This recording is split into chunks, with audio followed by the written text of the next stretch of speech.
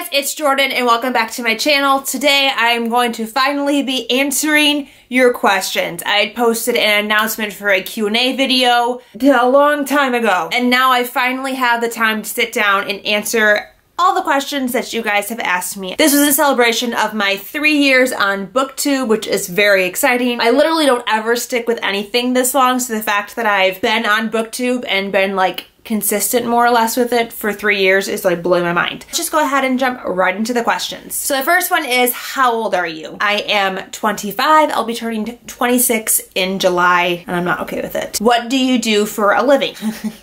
I wouldn't say that I do anything like for a living. Like, I don't make enough money at my job for it to be like a living. I work part-time as a rehabilitation aide at a physical therapy clinic. And then they ask, do you like your job? If you're a student, do you like your area of study? I do like my job. It's actually my favorite job that I've ever had, and I've had a fair share of jobs. This is by far my favorite one that I've ever had. I love my coworkers.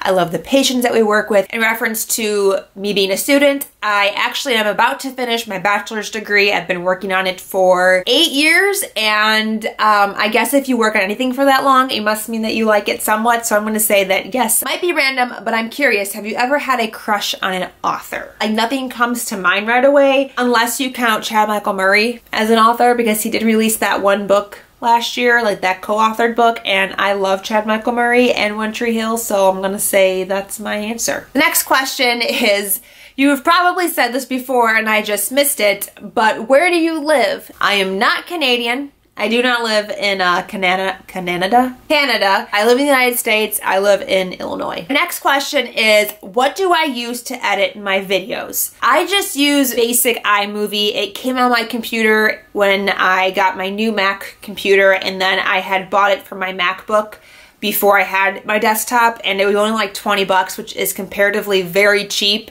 to every other editing software that I could have purchased. It was easy to figure out. I didn't struggle with it too much. I still use iMovie. I don't see a point in investing in anything more expensive at this point. If you know how to work things like PicMonkey, you can make iMovie seem a lot more advanced than it actually is. What would I recommend to help a BookTube channel grow? I really don't think that I'm qualified to answer this question anyway. I don't have massive growth on my channel. I've grown pretty steadily. Like, I haven't had a growth spurt or like a moment that's really kicked off my channel. So I don't really know if I'm the best person to ask advice for in that regard. I'm always looking for ways to expand and grow my channel. As a way to be more involved in the community, I'm not great at this, but it seems like the easiest way is through Instagram and Twitter. Having that Snapchat function within Instagram is probably the best way to have that like community dynamic that Snapchat creates,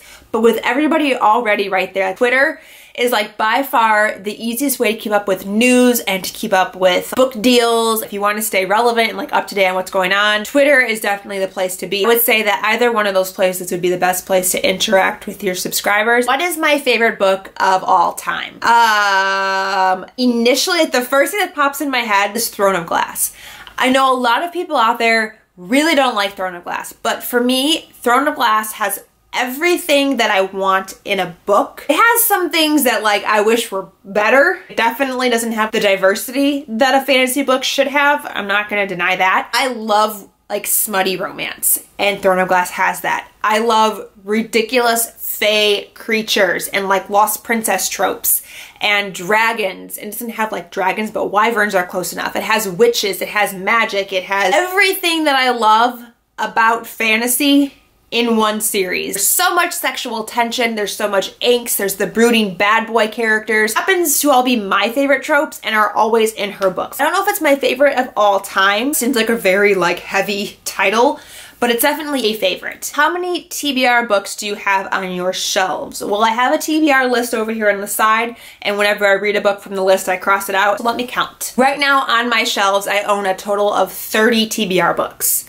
which is actually pretty darn good. Which book character do you most relate to? I have a really hard time with this question whenever it's asked to me. Like, I'm not very good at finding characteristics of myself within something else. Like, I'm not very good about pointing out my own characteristics as it is. I felt a lot of connection to Lola from Dark Wild Night. There was a moment in the book where she was so stressed and anxious and concerned with her own work and with like deadlines concerning to her projects that she kept pushing other people further and further away. I have a very similar problem. The more stressed out and anxious and stretched thin I become, more likely I am to snap at other people and push them away. She was doing the same thing, and I just felt like we connected in that moment. I felt super understood. Do you have any favorite reading snacks? I'm a huge believer that reading and snacks go synonymous together. So once I start reading, my brain is triggered like, you need food. So then I go and grab a snack. It's just like one of those,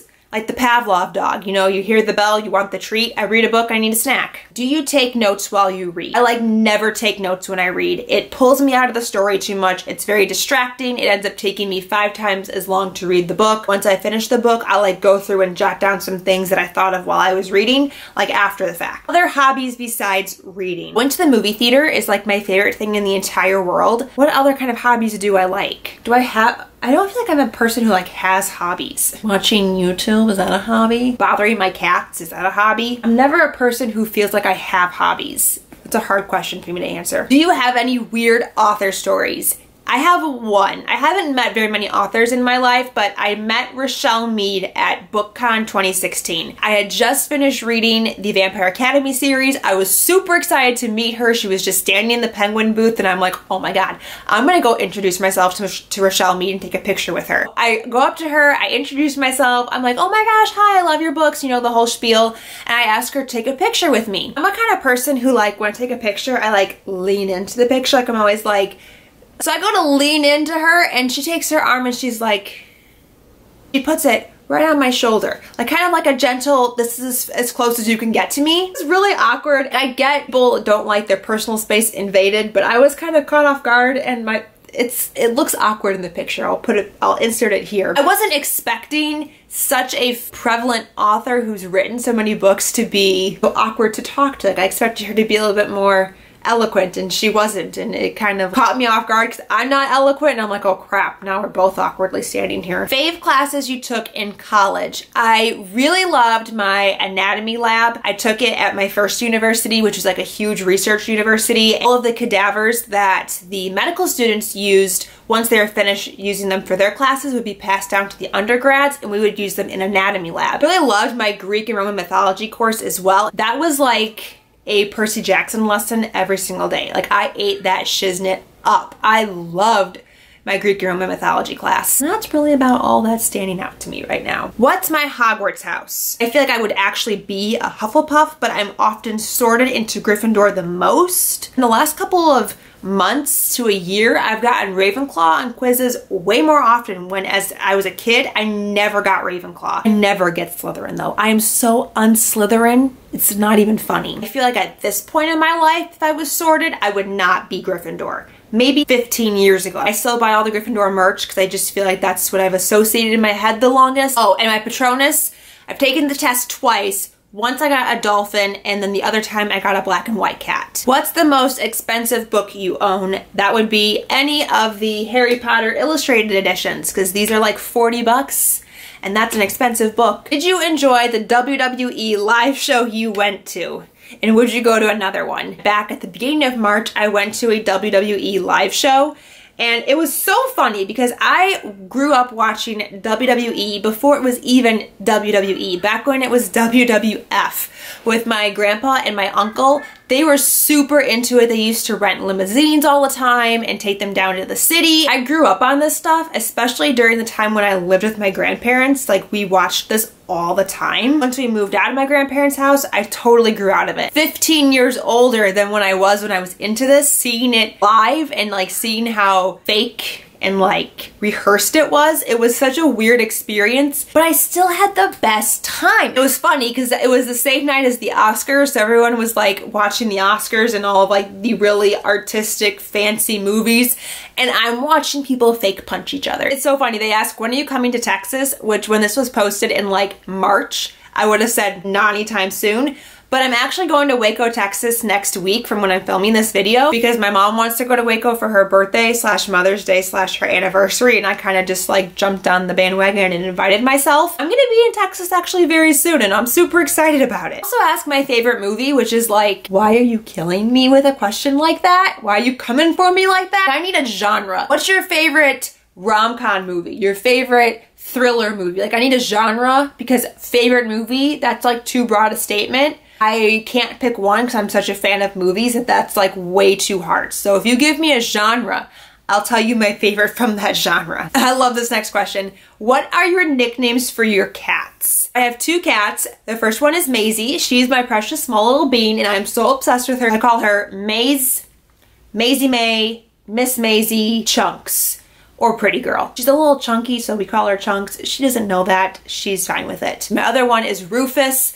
We call him Roofy, Roofs. And I call him Shithead a lot too because he's a little shithead. Rufus and Maisie, Roofy, Maze, Roof. Do they have any funny traits or habits? As with any cat, any pet, they absolutely have weird traits and weird habits. They do weird things. Follow me on Snapchat or Instagram. Essentially my entire online presence is my cats. I'm sorry if the angle changed, the camera died. How long does it typically take you to read a book? Totally varies from book to book.